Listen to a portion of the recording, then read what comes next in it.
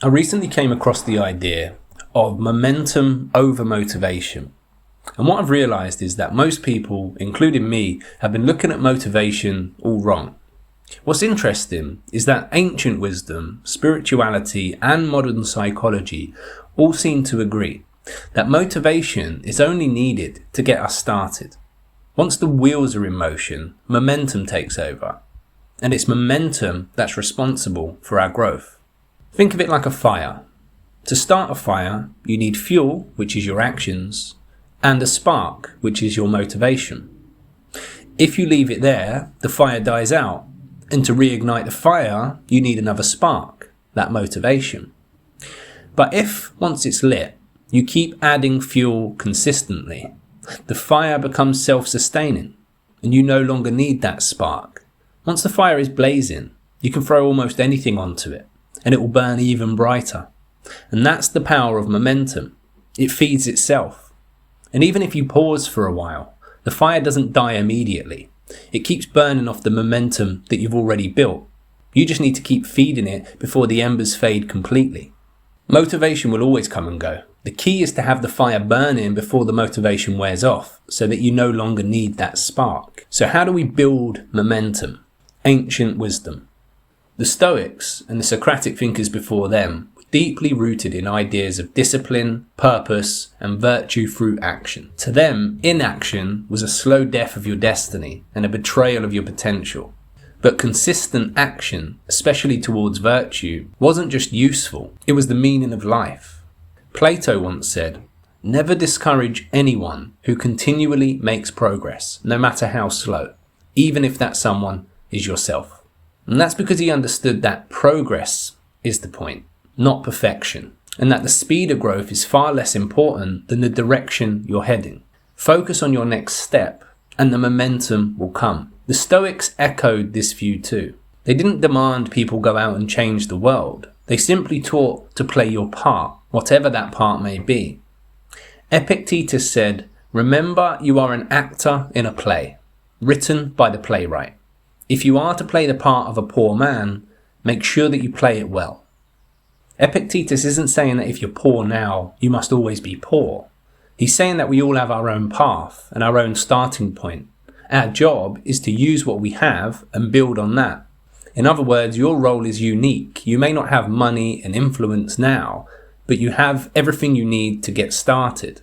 Not everyone is meant to lead armies and write books, but everyone is meant to improve. The ancient wisdom is clear. You don't need to go big, you just need to go forward. Consistent action in the right direction becomes momentum, and momentum becomes transformation.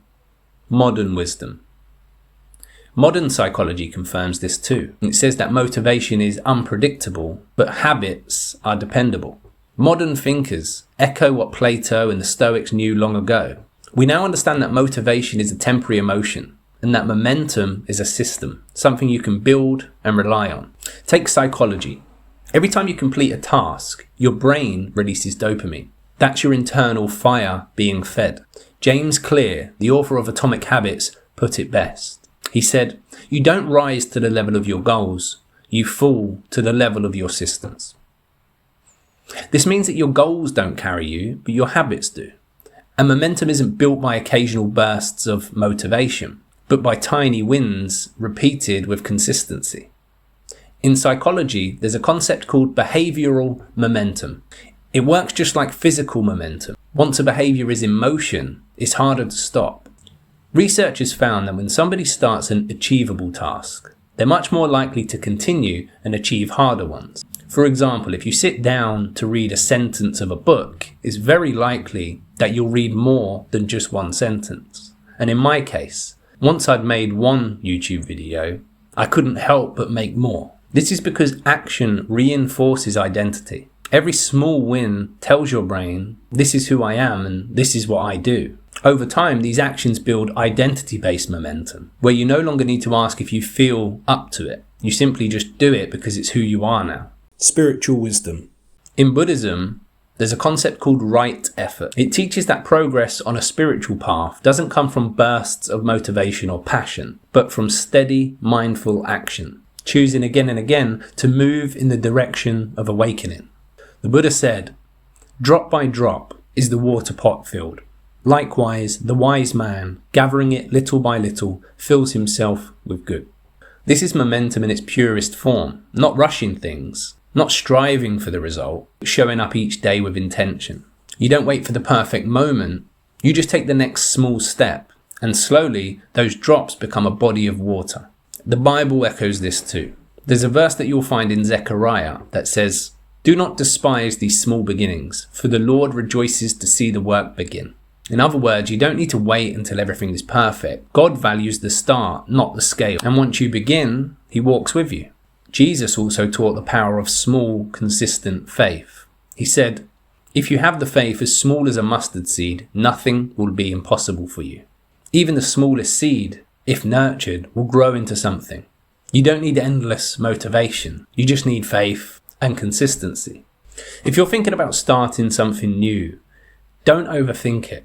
Get started. Start the wheels in motion. Light the fire and keep adding fuel. Momentum is built through action, sustained by rhythm, and protected by purpose. So start where you are, do what you can, feed the fire, and keep it burning. Let me finish with a quote from Seneca.